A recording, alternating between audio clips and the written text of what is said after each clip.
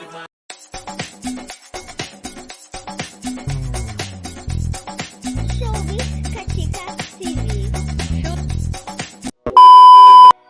mga kachika! Last 4 days nga ay sinelebrate ni Mariel Rodriguez Padilla ang kanyang ika-42nd birthday kung saan nagkaroon nga siya ng isang very intimate dinner kasama nga ang kanyang malalapit na mga kaibigan sa loob at labas ng mundo ng showbiz industry. Sabi nga niya, small circle nga lang daw ang kanyang mga bisita at talaga namang pinili lang niya ang mga ito dahil ito nga ang kanyang mga kaibigan na talaga namang masasandalan niya sa kahit anumang oras. Ang kanyang caption ay, "At 42, I've realized that I don't need a lot of friends. I just need the true ones. The ones that who have seen you through different seasons of your life.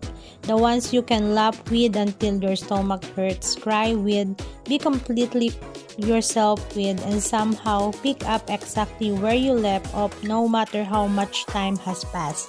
Life has funny way of showing you who your people really are, and at this age, I value that more than ever. My circle may be smaller, but my heart has never felt fuller. These are my people, my constant, my true friends, and I wouldn't trade them for anything." At ito nga ay total of 12 persons nga lamang. So talagang piling-pili nga lang ang kanyang mga invited. So sino-sino nga ba ang ilan sa mga ito? Una na nga sa listahan ng kanyang isa sa mga BFF na si Tony Gonzaga, si Senator Camille Villar, naroroon din nga si Marjorie Barreto, maging si Rupa Gutierrez, Shalani Soledad Romulo, Grace Lee, at ang iba pa. Ginanap nga ang kanyang intimate birthday dinner sa kanyang lumang bahay sa Ayala, Alabang at host nga ang kanyang kapatid na si Kay Termulo Garcia at ang pinsan na si Anel.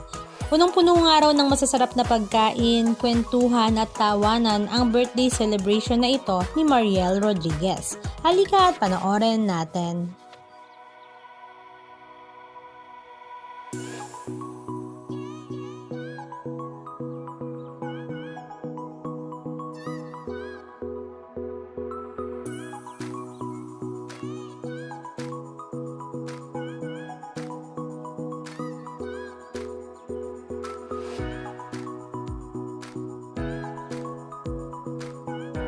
Anong masasabi nyo mga kachika? Just comment down below.